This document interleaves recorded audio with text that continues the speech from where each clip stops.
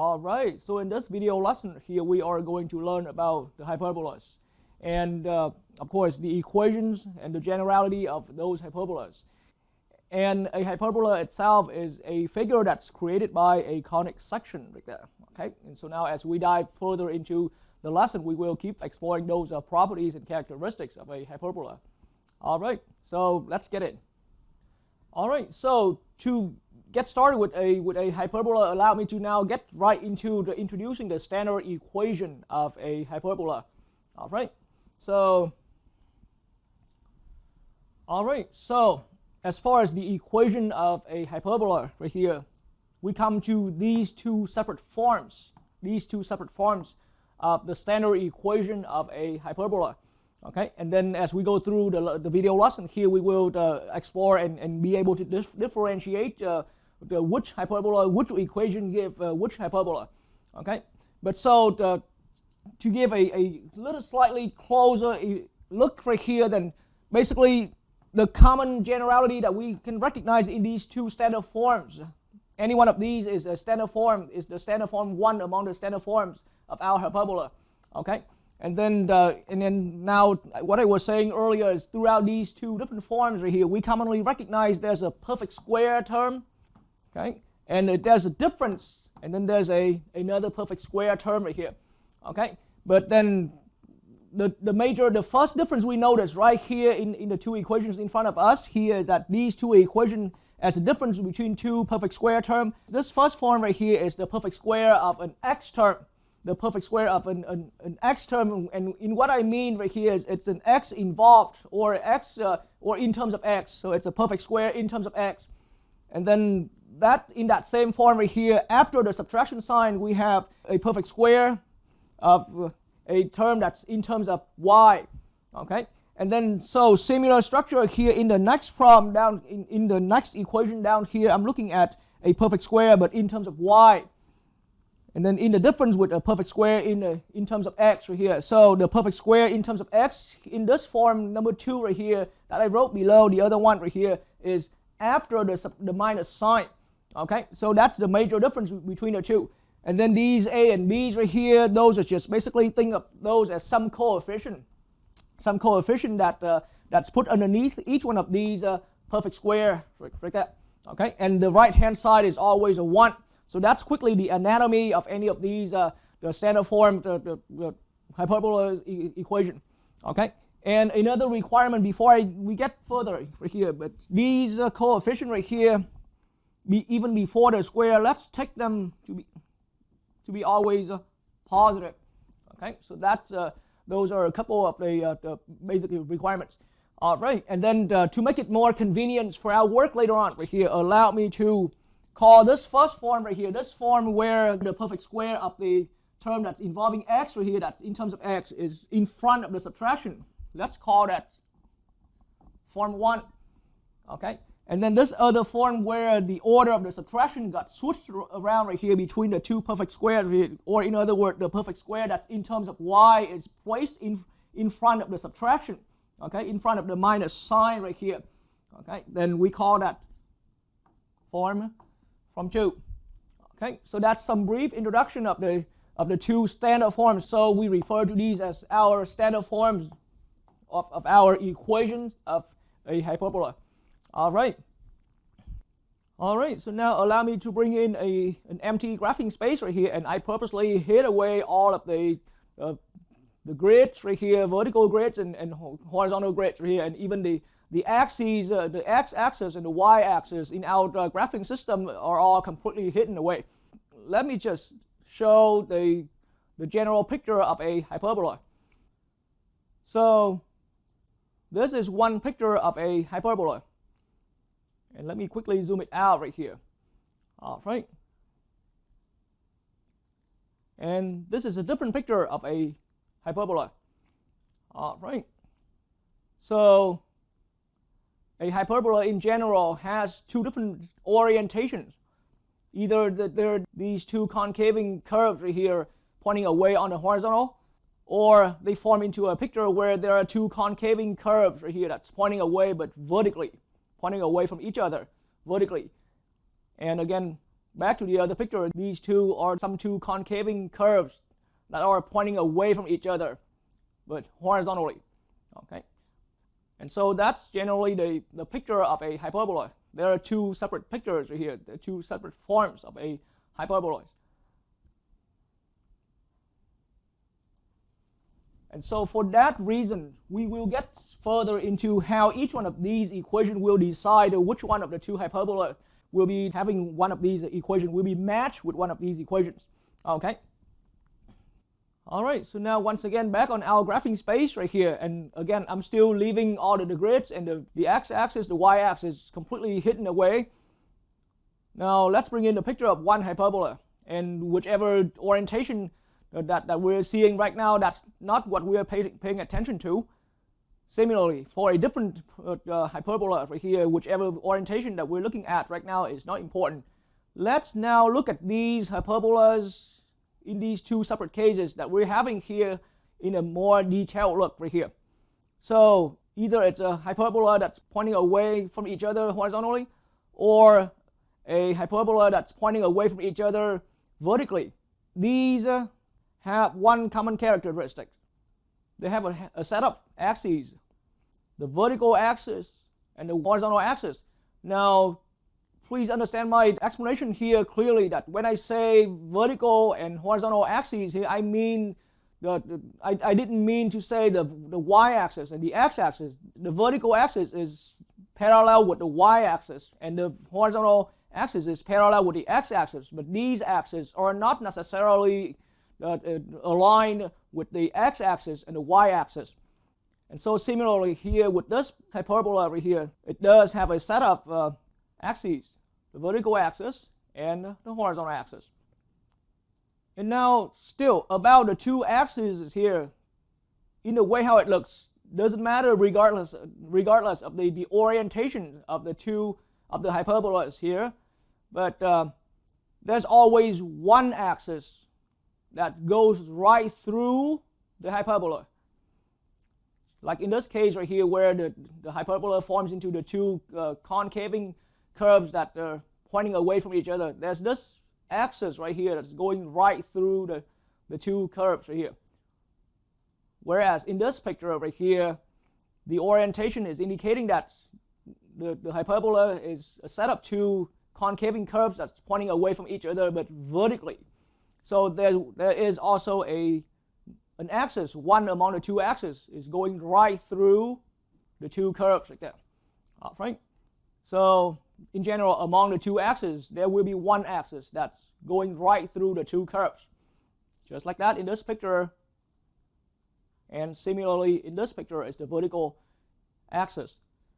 And so in that way, we refer to whichever the axis that goes right through the hyperbola, the major axis. So in this picture right here, then we're talking about the hyperbola here has the major axis being the horizontal axis, or being parallel with the x-axis.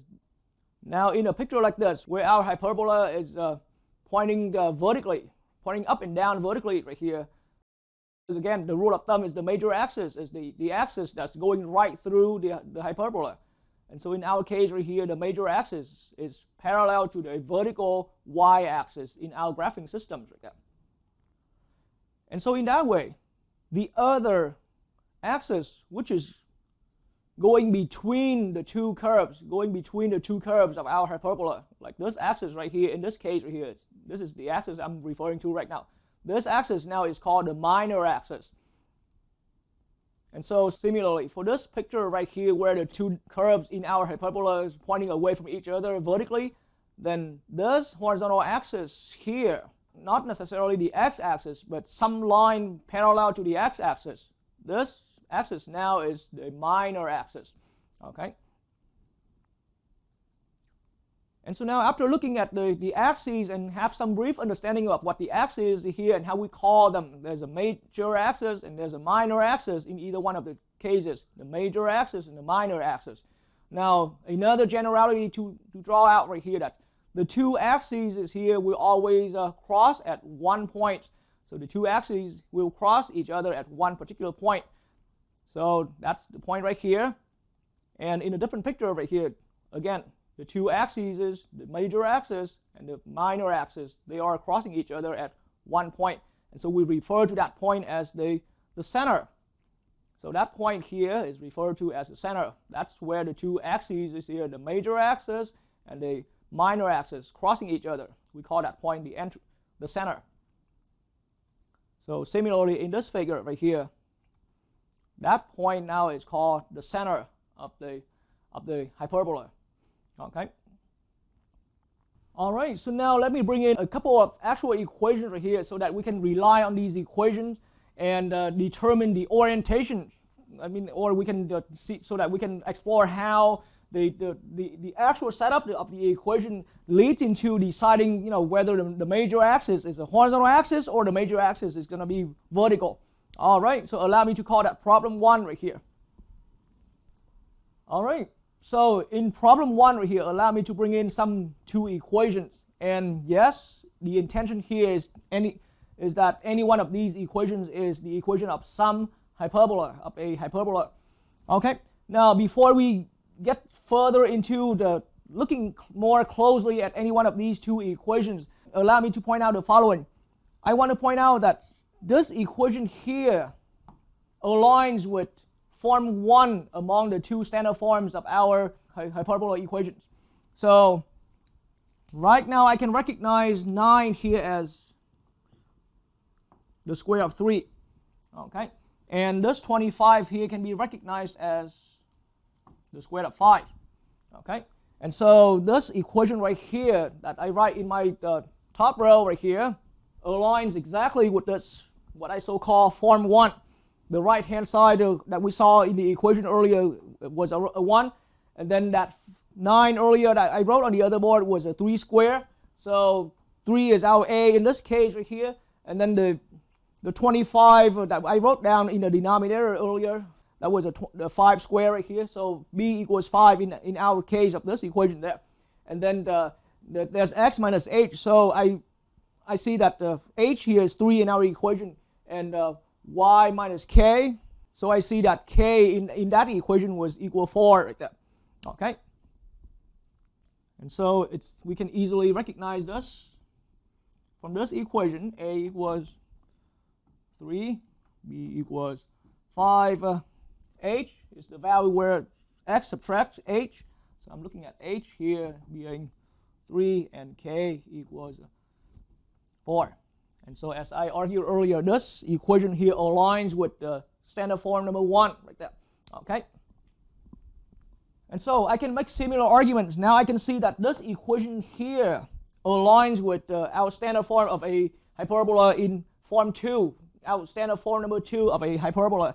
So now what I'm seeing here is this 4 can be understood as a 2 square, and that 9 right here is understood as a 3 square. The right hand side equals 1 already. And see, the first term here is a perfect square, but in terms of y, instead of the other form right here where the first perfect square is in terms of x. Okay, so now the first perfect square is in terms of y, and then then it comes the subtraction, and then the second perfect square was in terms of x. So the order of the x and y terms are switched over. Okay, but so in this case right here, but still this is k for this equation, and this is h for this particular equation right here. So for this particular equation, I'm looking at a equals 2, b equals 3, h equals 2 from that value right here, and k equals 1. All right, so that's a couple of the preparation steps so that we can recognize our equation before we get further into understanding and use this equation to recognize some characteristics, some common characteristics of hyperbolas out there in general. Okay, and so now exactly for this problem, what do we want to do with these two equations? Let's say, think about any one of these two equations. It's just some equation of a hyperbola out there. Someone is already telling us that, hey, any one of these is the equation of a hyperbola. Okay, so this is what we want to do right here. All right, so now I put in the instruction of this problem indicating what we want to do. So for any of these equations written on the board here, let's try to identify the orientations of the major and the minor axis. So just like how I explained that earlier prior to getting into this problem right here, then for any one of these equations right here, yes, it will give us a hyperbola. But the hyperbola in any one of these can be either going sideways, where the major axis is horizontal, or going vertical, where the major axis is going parallel with the vertical axis. So let's find out which one has a horizontal orientation and which one has a vertical orientation, meaning which one has the major axis being parallel with the vertical y-axis, and which one here has the major axis being parallel with the horizontal x-axis. Okay, so the intention here, I am going to use some kind of the graphing technology right here. So Desmos is what I'm using right here. I'm going to instantly put in the equation, and so we can recognize. All right, so now in my empty graphing space now, this is the equation that comes out from the hyperbola with this particular equation right here. So x minus 3 all square over 9 minus y minus 4 all square over 25 equals 1. This equation now has that graph that we saw quickly earlier on the computer screen right there. This is the graph. This is the hyperbola. And so in this way right here, for this particular equation, with the axis is on now, so clearly the picture here is showing that with this equation, the hyperbola has the major axis being parallel with the x-axis. And I'm not saying, again, I'm not saying that the major axis or the minor axis here is necessarily aligned with either the x or the y-axis. These are just the axes of the actual hyperbola as the graph itself right here. Okay. And now from an empty graphing space again, this is the hyperbola that's given by this second equation on our board right here. Okay, and so now putting the two pictures together, all right, and for this particular graph right here, I can see that with the axes being displayed right here, then the major axis this time is, for this picture right here, is parallel with the y-axis, okay, parallel with the vertical y-axis, and the minor axis for this hyperbola is parallel to the horizontal x-axis. All right, and so now after looking at the two pictures of the two hyperbolas right here, and I have pinpointed which hyperbola was for which one of these two equations here. Now forgive me that I couldn't display the actual equation on the computer screen earlier due to the limited space on my computer screen. But so this was the one having the major axis being parallel to the x-axis, and this was the one having the major axis parallel to the vertical y-axis.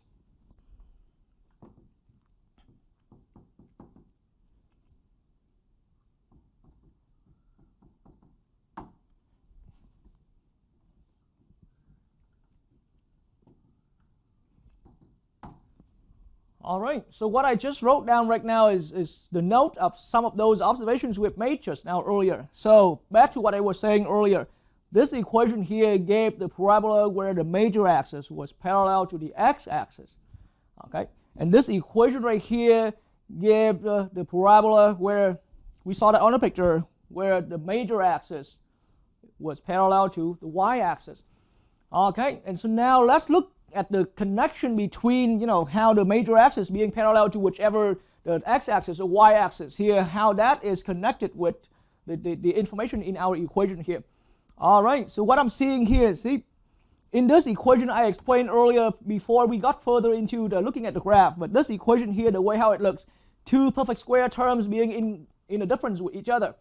Okay, but the perfect square term that's in terms of x, the perfect square that's in terms of x, is in this, the equation right here is before the subtraction, before the minus sign.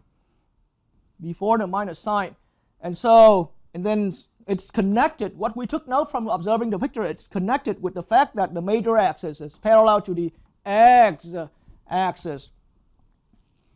Okay, the x-axis and the x-axis. All right, so I can feel that, I'm feeling that I'm getting closer. In my thought process, I feel like observing the picture here, I'm getting closer to some general conclusions regarding the orientation of the major axis. Okay, And so let's look at the other one. What we noted here is that you see the major axis was parallel to the y-axis for this particular equation. And so, and then observing the equation itself right here, it's a difference of two perfect square terms right here. The first perfect square term before the subtraction was the perfect square in terms of y right here. So in terms of y, the perfect square in terms of y that comes before the subtraction resulted in or connected with the major axis being parallel to the y-axis. All right, so now at this point right here, we can actually draw out some general conclusion right here. But then before I state that final conclusion right here about the axes right here, what about the minor axis? So of course, so now back in this picture, we have already noted that the major axis is parallel to the x-axis due to what I have explained earlier. And so of course, needless to say, the minor axis for this equation has to be the other one. Has to be the whichever the axis, being the axis that in this case parallel to the y-axis here. So now I'm talking about the minor axis. Okay, and my board space here is limited, so allow me to not write it down right here. But so major axis, in this case right here, parallel to the x-axis because the perfect square in terms of x is before the subtraction sign. And so in that case right here, consequently, minor axis has to be parallel to the y-axis. All right, and so the other way around. Now in this equation right here, the perfect square in terms of y was placed before the subtraction in our equation right here. So that was connected with the major axis in the picture, right, being parallel with the y-axis. Okay, but so in that way right here, consequently for this particular equation, the minor axis must be parallel to the x-axis. It's the other way around because the two axes are always perpendicular with each other. Okay, and so now back into these two general standard forms of our equation of a hyperbola right here. In this form 1 right here, we can now put down some notes right here that when the perfect square term that is in terms of x stands before the subtraction, okay, then in that case right here, now we can make a note right here. The major axis is parallel to the x-axis. All right, and then similarly the other way around. Now in this other form right here, in form 2 of our standard equation of a hyperbola, the first perfect square term before the subtraction sign was in terms of y. So in that case, major axis is parallel to the y-axis. All right. And so those are some general conclusions we have drawn right out from observing the picture and see how it's connected. And I didn't need any viewers of the lessons here to go too far into the other details yet. So we just recognize, I'm showing the way how we can easily look at the equation itself, right, and be able to predict the major axis right here, okay, the major axis and the orientation of the minor axis. All right. All right, and so now allow me to bring in problem 2, and I would like to demonstrate another important understanding from after looking at this problem 2 right here. Now we're still looking at the exact two same equation, okay? And so this time let's look at these two equations right here. Let's bring it on the graphing device, right? We're gonna bring it onto the graphing device and we're gonna identify the center, okay? Because I was introducing earlier, any hyperbola has a center. Okay, and so let's look at the center of these hyperbolas right here. And again, these are equations of some hyperbolas right here. This is the equation of a hyperbola. This is the equation of another hyperbola. So we're gonna have two hyperbolas being displayed on the screen, and then we're gonna identify the center information. Okay. All right, and so in that way I'll go specifically for any one of these equations here. We want to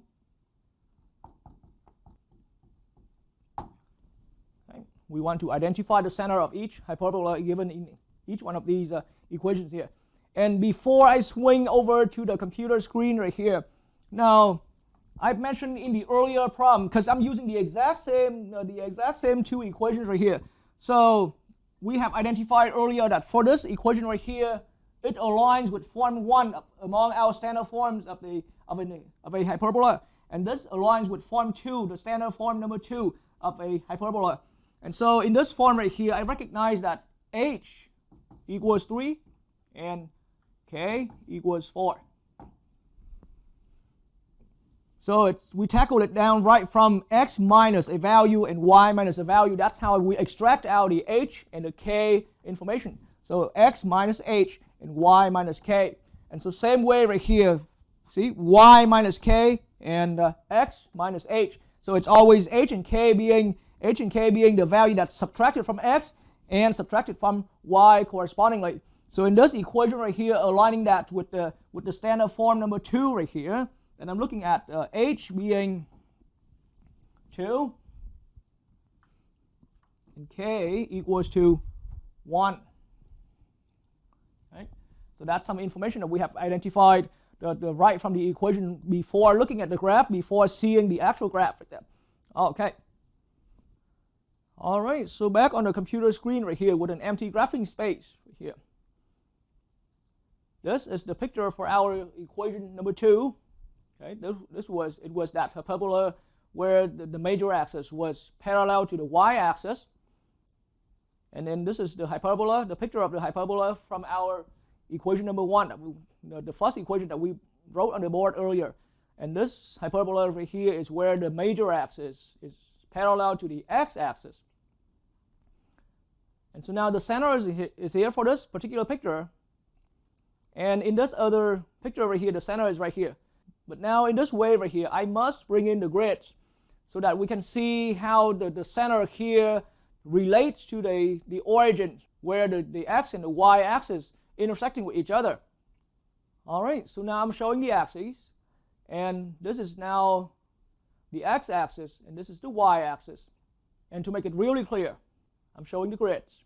Right? So now with the grids right here, this particular hyperbola has the center. Again, the center is simply, for now in our understanding, the center is where the two axes is crossing each other. So that point right here where the two axes of our hyperbola crossing each other is we call the center. But this center here compared to the origin of the graphing space right here, that sits right at 2, 1, 2, 1. And again, I said earlier that this is the hyperbola that came out from equation number 2 here, from equation number 2. So this second equation, now the hyperbola we saw on the picture, it had center at 2, 1. All right, 2, 1. Let's look at the center for the other equation right here. All right, and again, for a blank graphing space right here. Now this is our hyperbola for the first equation I wrote down on the board. And let's now bring in the actual grids and the axes, the x and the y axes here. All right, so just now I bring in the x and the y axis. And so in this picture right here, and again, this is the hyperbola for the first equation that was written on the board earlier. And so this is the center where the two axes of our hyperbola are crossing each other. And this is the origin of our graphing space right here. And to make it real clear, now I'm going to put in some grids right here. And with the grids being displayed now, then it looks like the center for our hyperbola here in this picture is found at 3, 4. 3, 4. And so now I'm noting that down.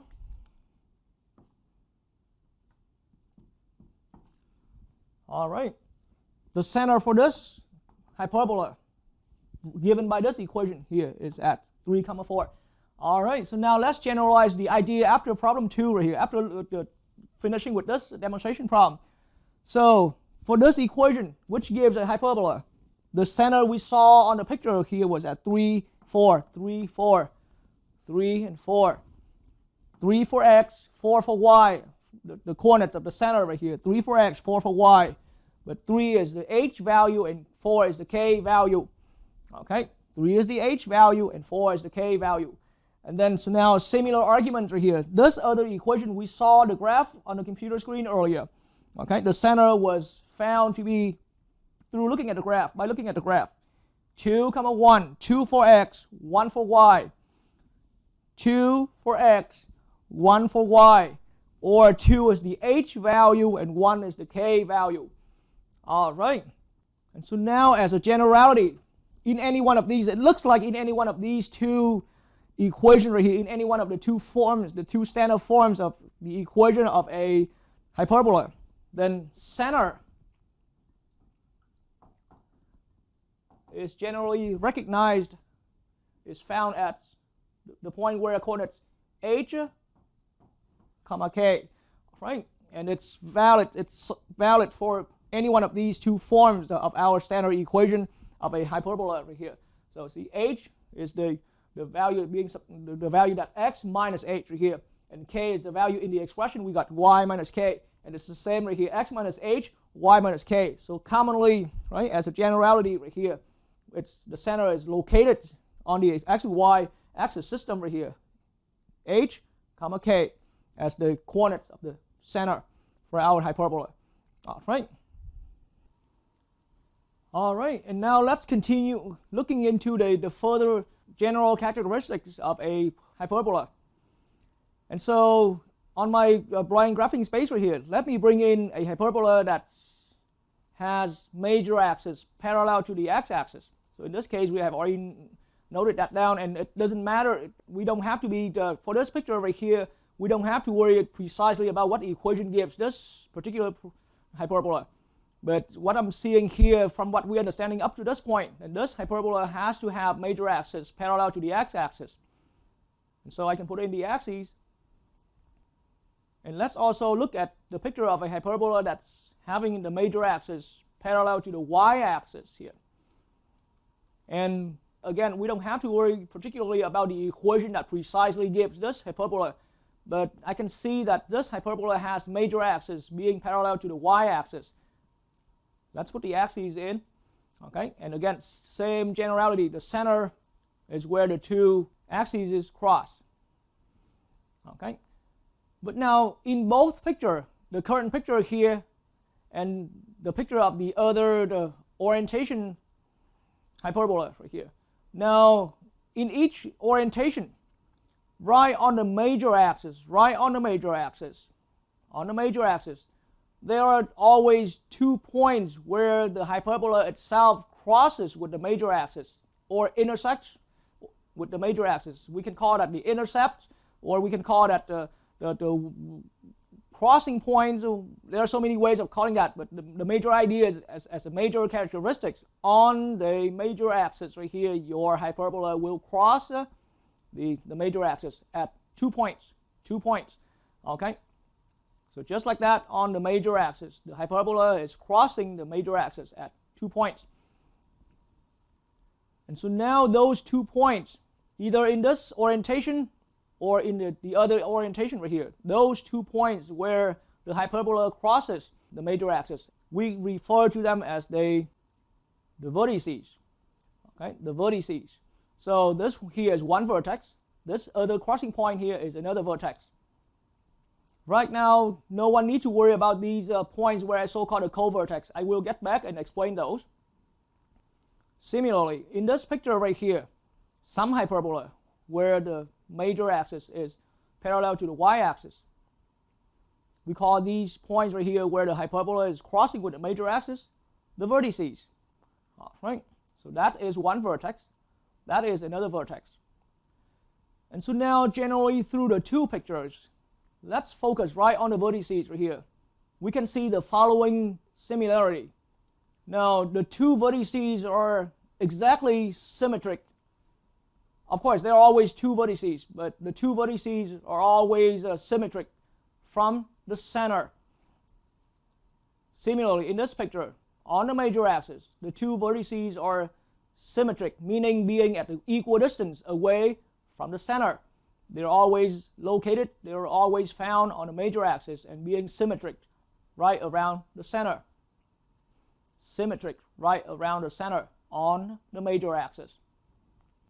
And so now in that picture, I mentioned earlier that viewers didn't need to worry about the co-vertices, but now I can give some brief explanation, and then we will get even better detail in the later problems that I'm demonstrating. But so for now, once we have identified the vertices, mainly the vertices for any one of our hyperbola right here, then through these vertices here, we can construct a center box. I call that, and center box is just my own term right here. But a center box is put up like this. Okay? So the center box are those two lines perpendicular with the major axis and parallel with the minor axis. See, those dotted lines right here. Okay? And away from the center on the minor axis, there's a certain distance. And these 2 points are again similar with the vertices. They are symmetric from the center point, but how far that is, I will get precise into that. But these points right here, right, define our what's so-called the center box. Okay, so with this center box right here, where the center box crossing on the minor axis, that's where we call these points right here the co-vertex. And then of course, this rectangle being the center box is going right through the vertices right here. Okay. So similarly, in this figure, where our hyperbola has the major axis being parallel with the y-axis, then the center box looks like this, where once again, two sides of the center box goes right by the vertices and being parallel with the major axis. And the other two sides right here crosses the minor axis right at some distance away from the center on the minor axis right here. And how far that distance is on each side right here, we will get to that precise calculation later on. We will point that out later on once we bring the grids on. But those crossing points of the center box on the minor axis, we call them the co-vertices. Okay? And so there are two co-vertices on the minor axis. Same here in this picture. There are two co-vertices on the minor axis. And again, the box here, I call that the center box. It's just simply a rectangle where two sides will be parallel with the minor axis or perpendicular with the major axis and going right through the vertices, the actual vertices. And the other two sides are parallel with the major axis but crossing the minor axis right here and crossing at the co-vertices. All right. All right, so now we're getting into another demonstration problem where I call that it's problem 3 right here. Now let's use the same two equations again because there are still a lot of details about these equations that we haven't pulled out yet. Okay, in terms of recognizing or identifying the key characteristics of our hyperbolas generated by these equations. And so same two equations. And I now see that as, form 1 among the standard forms of a hyperbola, and this is form 2 among the standard forms of a hyperbola. So let's look at the following the work right here. From these equations right here, let's identify the vertices. All right, so just like how I introduced that earlier just now, then we have seen that any of the hyperbolas here has a center box, and where it has some connection with the vertices and the co-vertices. So let's really learn to identify that right from our equations here. Okay, and so now once again I'm going to swing over to the computer screen, and we're going to one by one investigate those vertices together with the co-vertices. Okay, on the computer screen. Okay. All right, so now in our graphing space right here, starting out with an empty graphing space. This is now the hyperbola for that first equation on the board I wrote down earlier. And we are not surprised about this information because we have understood earlier that this parabola here has the set of axes where the major axis is parallel to the x-axis. Okay, and in that way we have a center right here. Okay, and now I'm going to put in the box, and so in that way the vertices are here according to the picture. But now in this way, I am going to put in the actual grids together with the y and the x-axis so that we can see some further information regarding the vertices here and the co-vertices. All right, so now with our grids being displayed and along with the x and the y axis, now we have better the view of the complete hyperbola here for that first equation that we have written down on the board. And so now the vertices, just like what we have noticed earlier throughout the brief introduction, vertices are always on the major axis. And so now let's look at the distance from each vertices to the center here. And in that way, I even want to zoom it in a little better. So according to the grids, aligning our points here with the grids right here, that the vertices on the major axis, the vertices here are symmetric from the center. And in this particular graph right here, they are 3 spaces, 3 grids away from the center. Okay, so on the major axis right here, the vertices are at equal distance, but in here specifically 3 square grids away from the center. And so in that case, let's see how that connects to the equation we have here. Now, I have explained earlier that this equation here, the perfect square that's in terms of x, is in front of the subtraction sign. And further, I have explained that this 9 right here is understood as a 3 square. So this is where our a value is.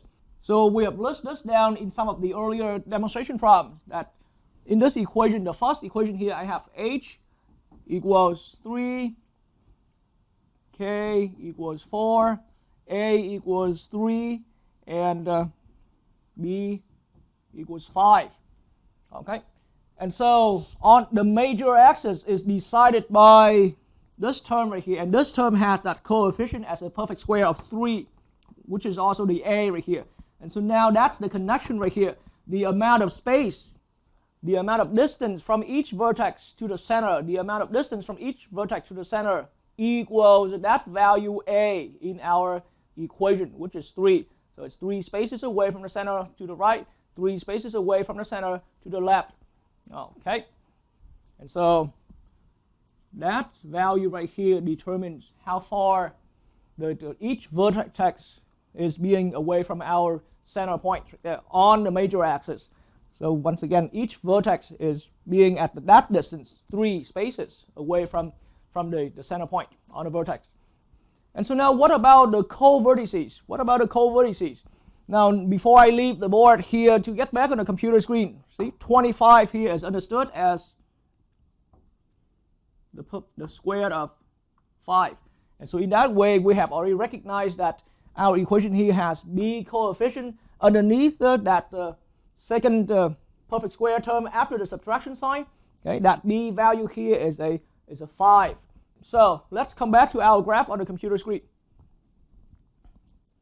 Okay, so now back to our graph on the computer screen right here. Now let's look at these co-vertices a little more closely with the grids being displayed right here. So from the center on the minor axis, now that's where we always find the co-vertices. And so from the center point, we are 1, 2, 3, 4, and 5 spaces up, and 1, 2, 3, 4, and 5 spaces down. So generally in this picture right here, each co-vertex right here is at a distance of 5 away from the center point on the minor axis. So that space right here, that distance being 5 from each co-vertex to the center equals to this value. Okay, and so now this value right here is responsible for how far we draw, how far from the center to each of the co-vertices. Okay, all right. And so now, what about this other equation? Let's look at the graph of this other equation. All right, so now on our blank graphing space right here, this is the hyperbola that was given by our second equation that we wrote on the board earlier. And so now let me put in the axes. And so we are at this point not surprised how we have this hyperbola having the major axis being parallel with the y-axis here. And this point where the two axes cross, we have the center. Okay, and so these points here in the explanation we've had earlier, they are the vertices for our hyperbola here. So now let me put in the box and the vertices.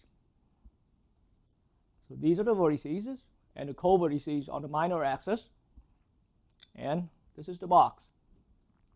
And now in order to identify precisely how far each of the vertices here, each of the vertices here away from the center on the major axis right here, I'm going to put a grid along with this picture over here.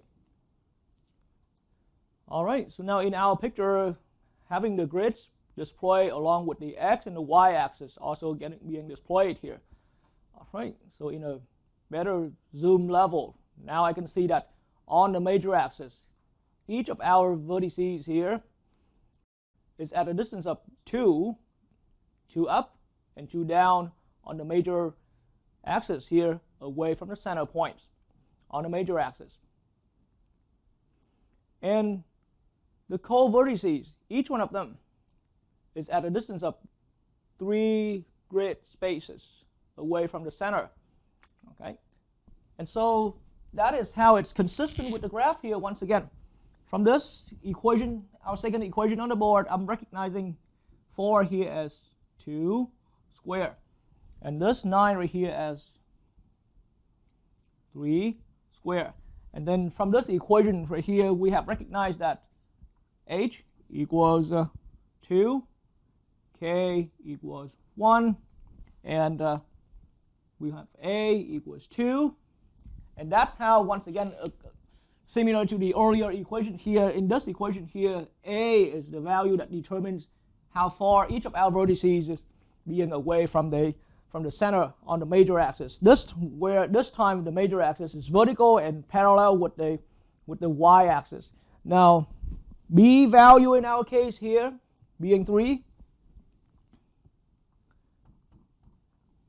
and this value 3 right here, consistently with how we have learned that from the earlier equation, this value 3 determines how far each of the co-vertices being away from the center line, from the center point on the minor axis. Okay. All right, so now on this board right here, back to the two general standard forms of a hyperbola right here, we can write down some conclusion, some general conclusion right here. So throughout the two equations here, right, in form 1 or form 2, the point now is that the a coefficient is the coefficient that's being put in the denominator of the perfect square that determines the major axis. And so a is the value that's responsible for, you can see that on the major axis, each vertex is at distance a. So a here is the value being specified, that each vertex is at distance a from the center. All right. And further, we have learned that the b value here decides how far, as a distance, each co-vertex is away from the center on the minor axis. And so I can say now that each co-vertex is at distance b from the center. All right, so that's how these that's how we can identify the vertices and the co-vertices on our hyperbola right here, according right from the equation. Okay. All right, and so now in our blind graphing space again, this is the hyperbola that was generated or represented by the equation, the first equation written on our board earlier. It has these axes and it has a center. And now we have learned about vertices and the box, the center box. And so let's put those in.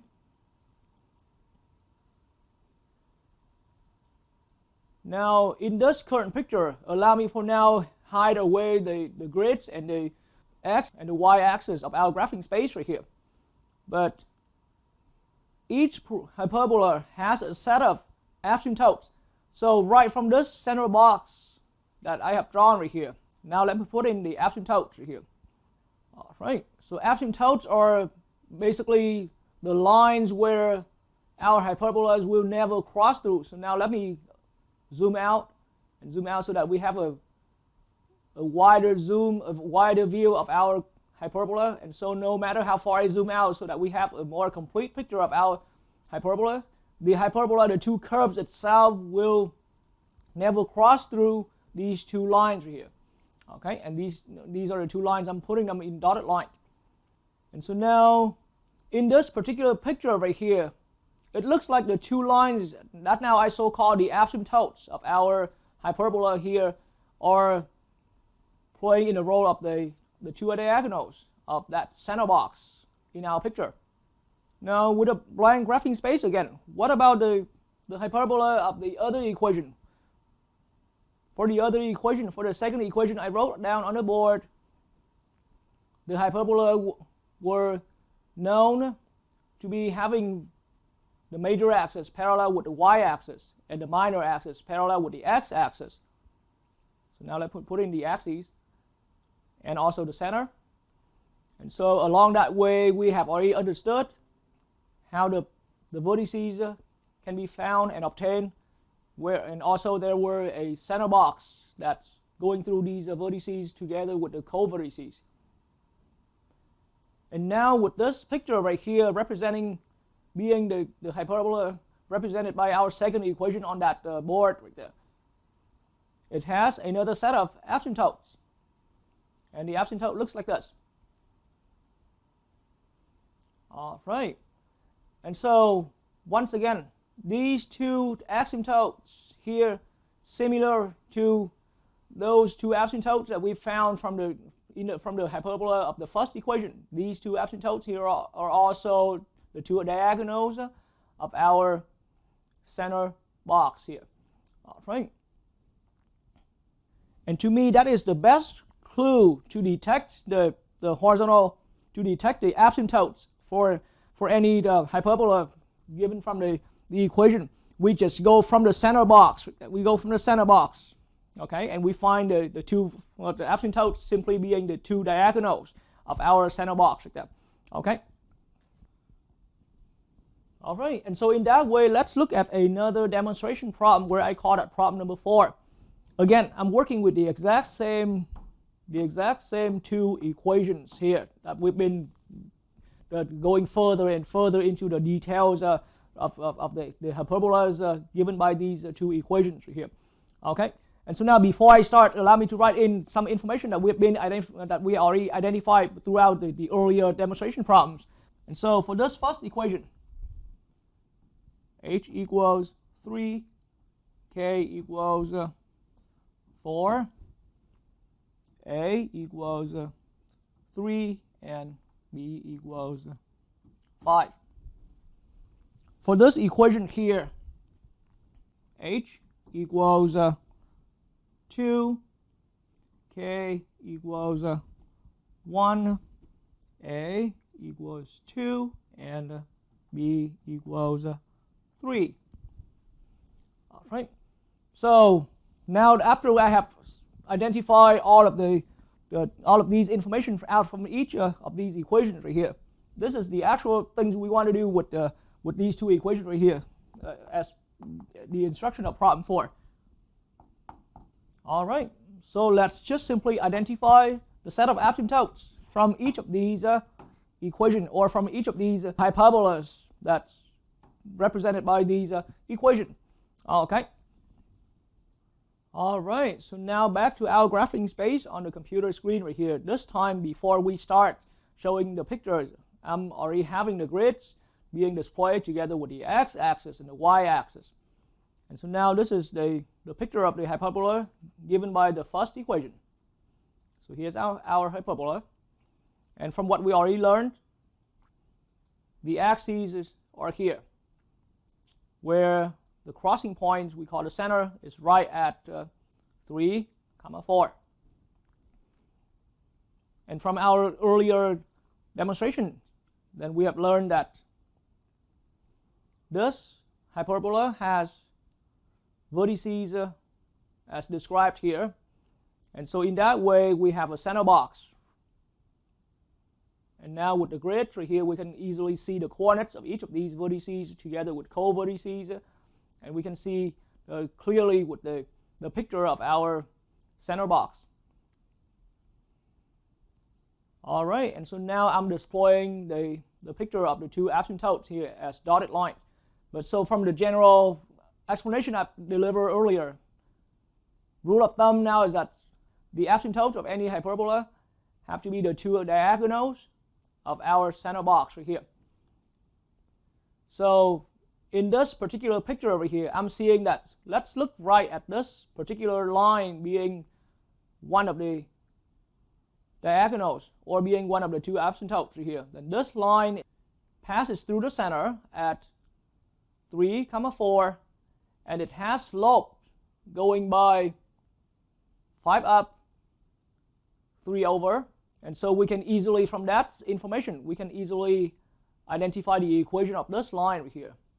Again, the slope for this particular line, this dotted line being one of the two asymptotes, it has slope by the ratio 5 up, 3 over.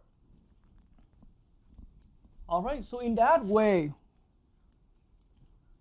with that particular asymptote right here, then we found the following. The slope was 5 up, 3 over. So we have immediately the slope being a 5/3. Okay. Our equation, our line that we saw in the picture went through that point at the center being at 3, 4. And so now I'm looking at in point slope equation. In point slope equation, I have my equation as following. 5/3 at the slope multiplied with x minus 3. Okay, and because that point, the center point being the point where our asymptote passes through, so in point slope equation we have 5/3 times x minus 3, and that equals y minus 4. That's the easiest way to start out finding the equation of our asymptote right here. And then so that's one equation for our asymptote. That's how easy that is. And then we have our choice of to rewrite this in the slope-intercept form if any of us decides to do so. And so back on the graph right here, what about the other line right here being the other asymptotes? All right, this asymptote once again passes through the center, and the center has coordinates 3 for x, 4 for y. This particular asymptote here has slope down 5 over 3. Down 5 over 3, right from reading it right from the grid and right from the coordinates of the center over here. We have down 5 over 3. So in that way, I can easily come up with the equation of the other asymptotes. So once again, starting out with the point slope, the equation right here. The slope I mentioned earlier, down 5 over 3. So that gives me the slope, negative 5/3. Okay, negative 5/3. That's the slope. And now we're looking at the point here is x minus 3, and that equals to y minus 4. And so now we have the two equations for our two asymptotes of this hyperbola. All right, let's now check out the equations, or let's recognize the information of the two asymptotes for this particular the hyperbola equation here. All right, so once again, before we start, allow me to have grids being displayed together with the x-axis and the y-axis. Okay, and so now this is the picture of our hyperbola. That's represented by the second equation I wrote on the board. Let me now put in the axes. And now where the two axes is crossed right here, we have the center. And so this center here is at 2, 1, as we already knew. And so now these are the vertices on the major axis here. And let's put in the vertices together with the co-vertices.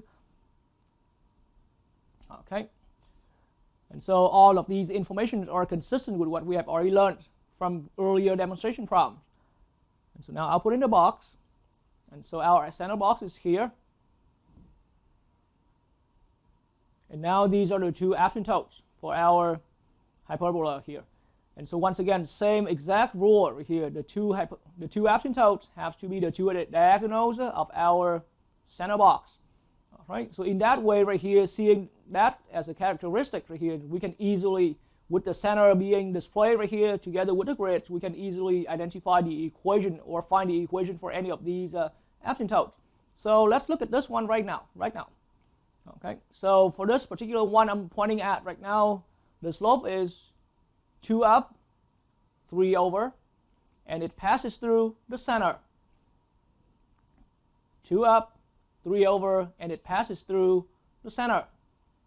And so again, with a point slope equation, we can easily come up with the equation for that particular asymptote. So 2 up, 3 over gives me a 2/3 for the slope. And now point slope equation tells me that it's 2/3 times x minus 2 being the coordinates of our center, the x coordinates of our center, because the center is contained on the line, and that equals y minus 1. So we have now completed the equation of our asymptote, one of our asymptotes. Okay. And so for the other asymptote, let's swing back to the computer screen and find it. Okay, so for this asymptote here, once again, it passes through the center, located at 2, 1. This asymptote now, as a line, it has slope down 2 over 3. Again, down 2 over 3. And this line passes through that center 2, 1. And so now in that way, I can see that down 2 over 3. That is our slope for that second asymptote that I was looking at earlier on the computer screen. And now in point slope equation, x minus 2 and all of that there equals y minus 1. All right. And so once again, that slope came out from how I counted grids: 2 downs, 3 over, and then these are the coordinates identified by our coordinates of the center. All right. But so now looking at that a little more closely right here to hopefully recognize a general form of how we can write the equation, I tend to do that. For myself personally, when I come up with the equation of the two asymptotes, I tend to just see the picture and count the grids and easily get these. But then for some people, the approach may be faster. We memorize some formulas, right? So there is a formula that we can do this. I'm talking about if we don't want to see the picture, without seeing the picture, we have a formula to recognize the equation of the two asymptotes from any of our equation here.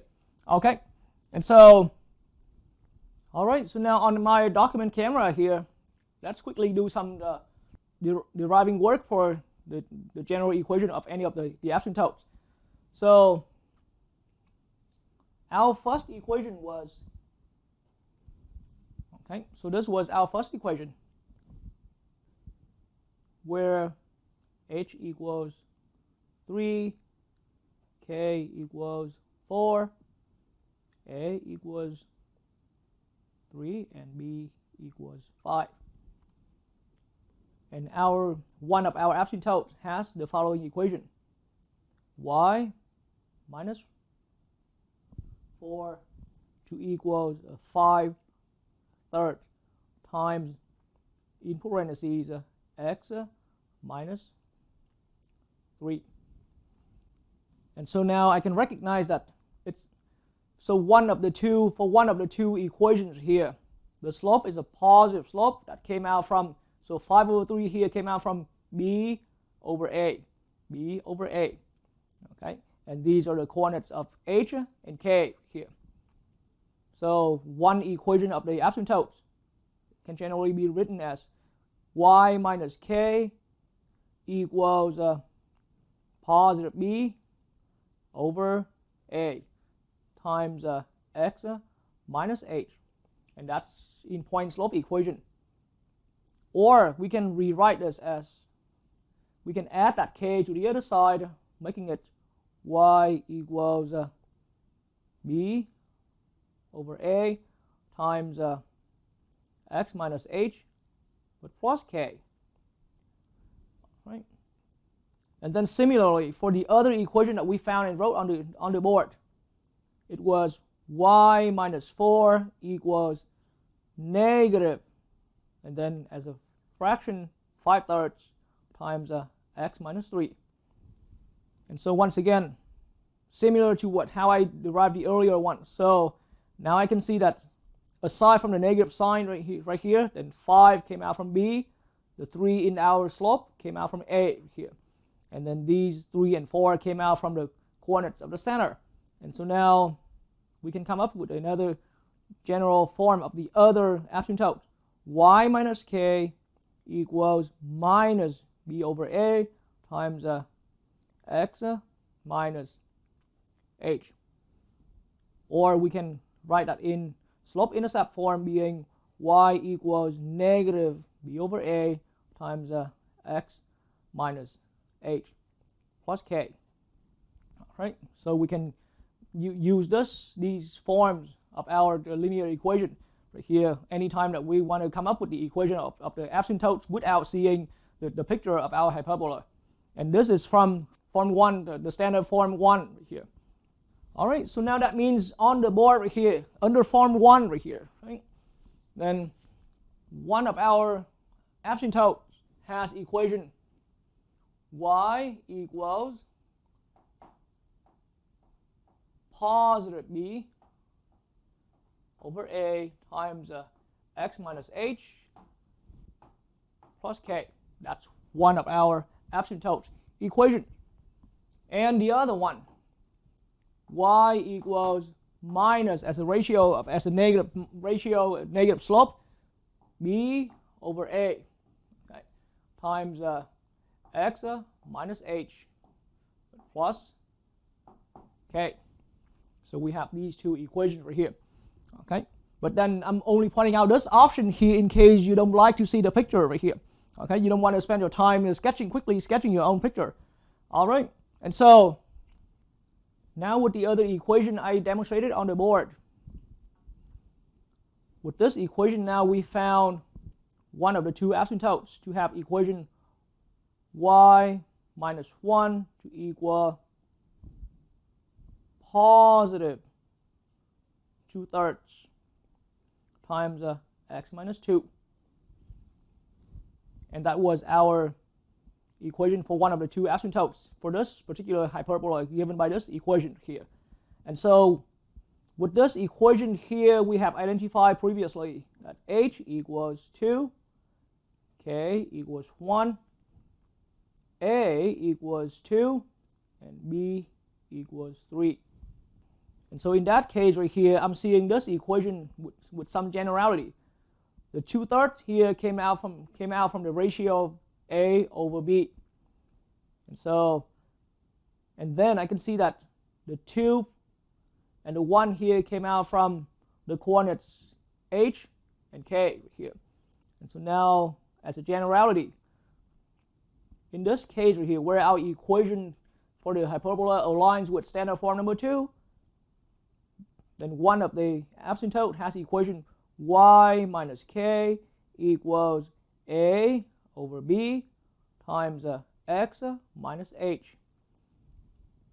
And then if we prefer, we can rewrite this in slope-intercept form, where we're rewriting that as y equals a over b times x minus h and plus k. The other equation now, we found that early on and wrote it down on the board, y minus 1 equals minus 2/3 times x minus 2. And so again, the minus 2/3 here being the slope of our asymptote there, aside from the negative sign, that 2 and that 3 came out from the value for a and the value for b. Okay, and the 2 and the 1 here in the expression here came out from the 2 and the 1 values for h and k. So now generally we have another equation, y minus k equals 2 minus a over b times x minus h.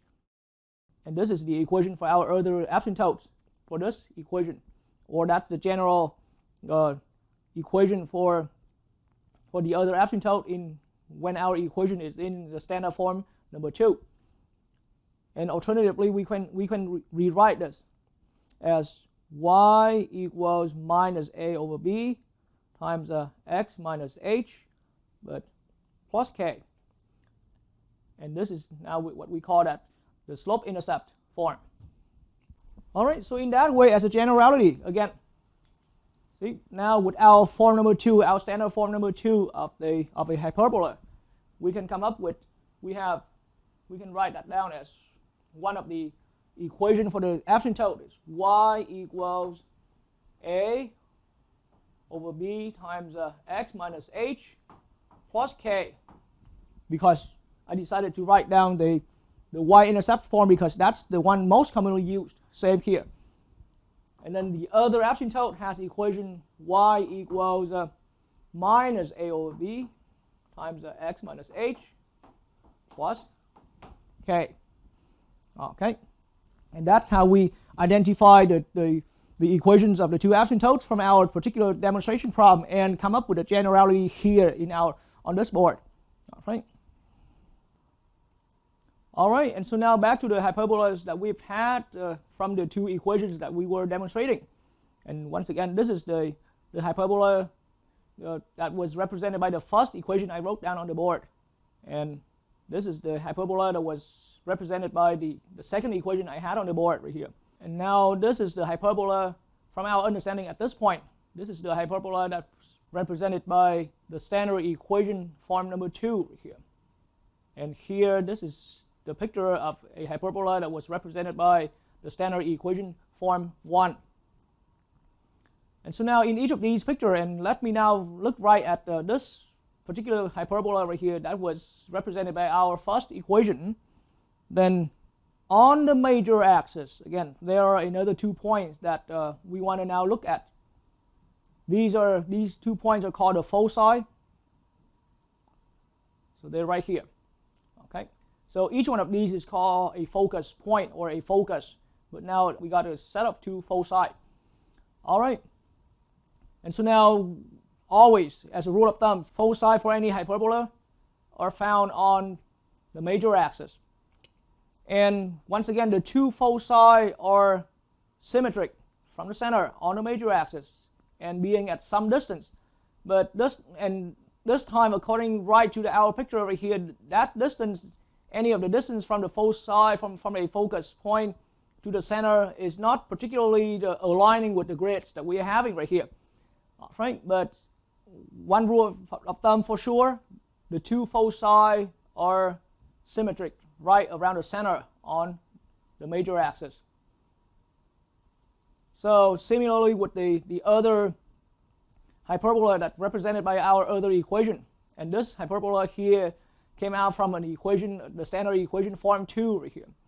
The foci once again are found on the major axis, same rule, and the 2 foci are symmetric through the center point on the major axis. And so now we want to find out how far that distance from each focus point here to the center. Okay, and so that distance, let's call that C. So from here to the first focus point, that's the C.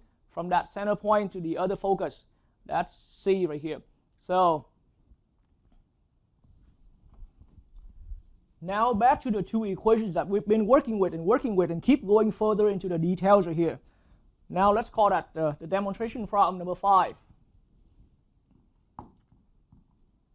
Okay, and in this demonstration problem, simply once again with the 2 equations given here, and this time I have already listed down all of the information, the h, the k value a, b for the first equation, and then also h, the k, the a, and the b value for the second equation. So now the only instruction we have here, let's identify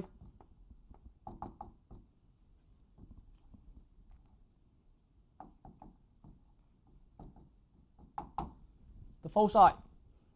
Okay, so now I really have to simply tell anyone learning from this lesson about a formula to calculate foci. Now remember, the rule of thumb is foci are always found on the major axis. And what matters the most for us now is how we calculate that distance from each of the foci to the center. Okay, that's what matters right there. Okay, and so that distance allow me to call that C. And so C equals the square root of a squared plus b squared. Okay, so once again, C here simply equals the square root of a squared plus b squared. Okay, and so now when it gets to this point right here, allow me to simply just hand out this particular formula. Right, and so now for this particular equation right here, again, keep in your mind the picture of that hyperbola with the major axis being on the x-axis, and the center is already on that major axis. So now the two foci, each of the foci right here is at the distance. So here, C equals, for this particular picture right here, C equals the square root of, now this is a squared, because a is 3, 9 plus, now b squared is the 25 right here, because b equals 5. Okay, 9 plus 25, okay, but the sum of 9 and 25 inside the square root right here, that will come out being the square root of 34. The square root of 34. And the square root of 34 as a decimal value comes out being about, and so now I can just only go approximately 5 point, and in two decimal places, which is what I usually use, 5.83. Okay, so now this is the distance from each of the foci to the center. This is how far each of the foci from the center, okay, on the major axis. Okay, so now let's swing over to the graph and have a look at that. All right, so now on my graphing space right here, again, this is the picture of our hyperbola represented by that first equation. Our center is here on the major axis. All right, so I just now purposely hid away the y-axis, the x-axis, and all of the axis numbers here. Let's say our center is located right here at some point. Okay, and then now the square grid right here agrees with the calculation we've had earlier. The distance from each of the foci to the center for this equation is a 5.83. So it's about 5 spaces over from the center to the right, and a little bit, so nearly 6 spaces to the right hand side. That's where we land at one of the foci right here, the first focus point. And then same way right here from the center, we going back to the left hand side, nearly 6 spaces. That's 3, that's 5, and that's about 5.83, and that's the other focus point right there. And that's how we come up with the set of foci on our major axis right here. And so in that similar way right here, for the second equation on our board right here, y minus 1 all squared over 4 minus x minus 2 all squared over 9. Okay, let's find out how far each of the foci is from the center on this hyperbola. Okay,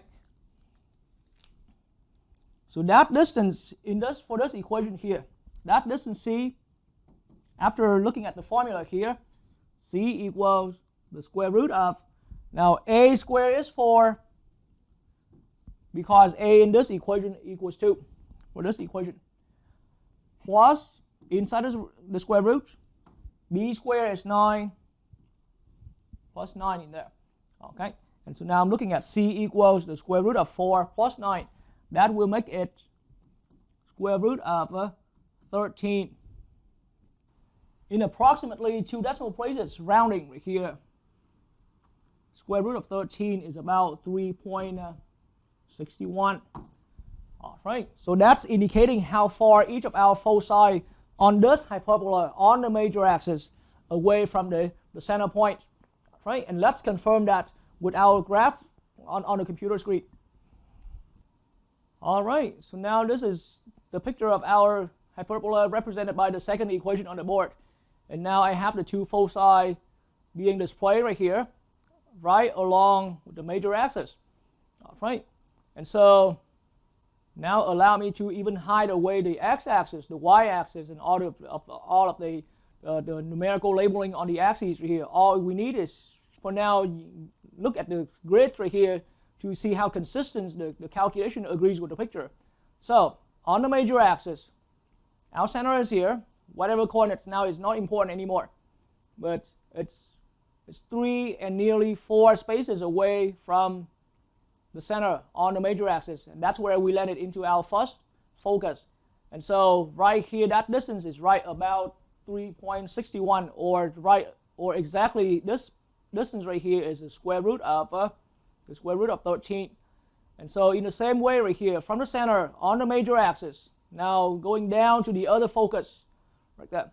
Okay, a little bit nearly 4 spaces down to land on the other focus. So precisely speaking, that was the square root of 13, or about a 3.61 to land on the other focus, being 3.61 away from the center point on the major axis.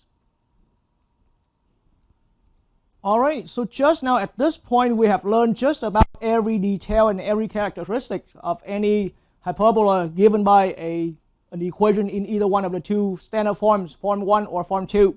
All right, so now let's write down a generalization or a general the guidelines of how we can identify those key characteristics of any of our hyperbola right here. All right. So in this way, this is how I'm seeing it. All right. So in the way how I'm seeing it, any one of these two equations. Okay. The first one here, we've been seeing it. I call it form 1. The second one here, I call that form 2. Any one of these two equations is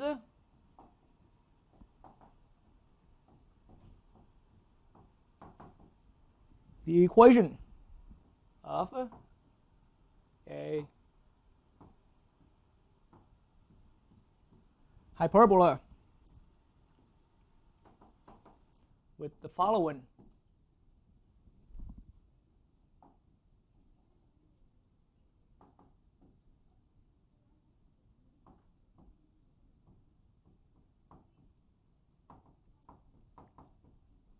characteristics.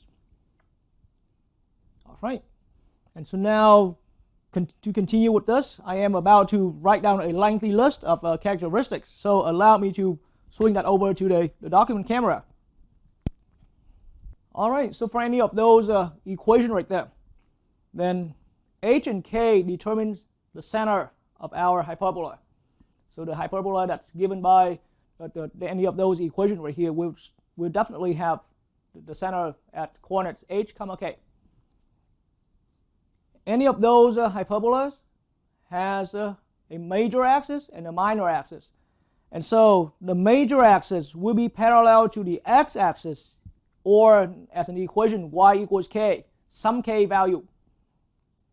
If the form 1 is the equation, or another way of saying it, if the equation of the hyperbola is in the standard form number 1, then the major axis is parallel to the x-axis.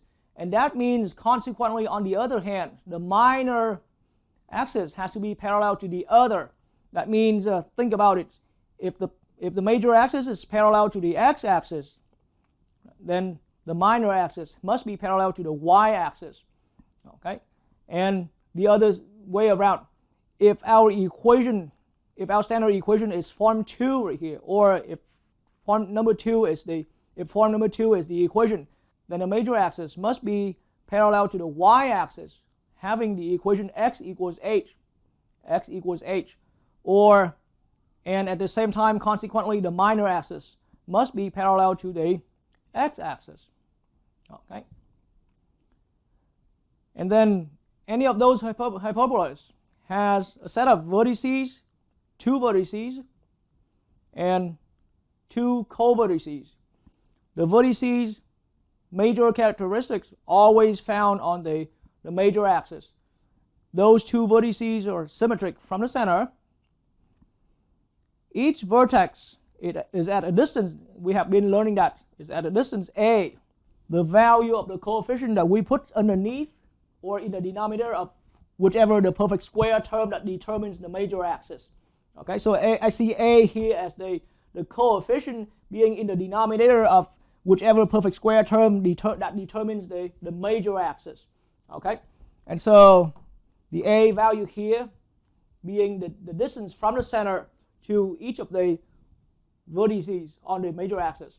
Okay, because see the first term here, in any of our forms of the equation here, the first term here is where the major axis is located. Okay, that's how it led to each vertex is at distance a from the center. And so similarly, for the co-vertices, they must always be found on the minor axis. They are always symmetric from the center on the minor axis, and then each co-vertex is at distance b from the center. And so in how I'm seeing that, b is the coefficient that we place at the denominator of those perfect square terms that stays behind the subtraction signs, and these are corresponding to whoever the minor axis is. These are the terms that determine the minor axis. Okay, here the minor axis parallel with the y-axis. Here the minor axis is parallel to the x-axis, and so b, these values b right here determine how far each of the co-vertices be away from the center point on the minor axis. Okay, and further, on the major axis we have a set of foci. The two foci are symmetric from the center. Each focus is at distance c from the center, and we had that formula right here to calculate how far that distance was. And now the last information. Any parabola has a set of asymptotes, and precisely there are two asymptotes, and those are, as a major characteristic, those two asymptotes right here are the two diagonals of the center box. And so throughout our demonstration, I've been explaining hopefully thoroughly enough what the center box is and where it came from and how we can construct that. So asymptotes, easiest way to remember, are the two diagonals of the center box right here, or it's the rectangle that we use as the center box.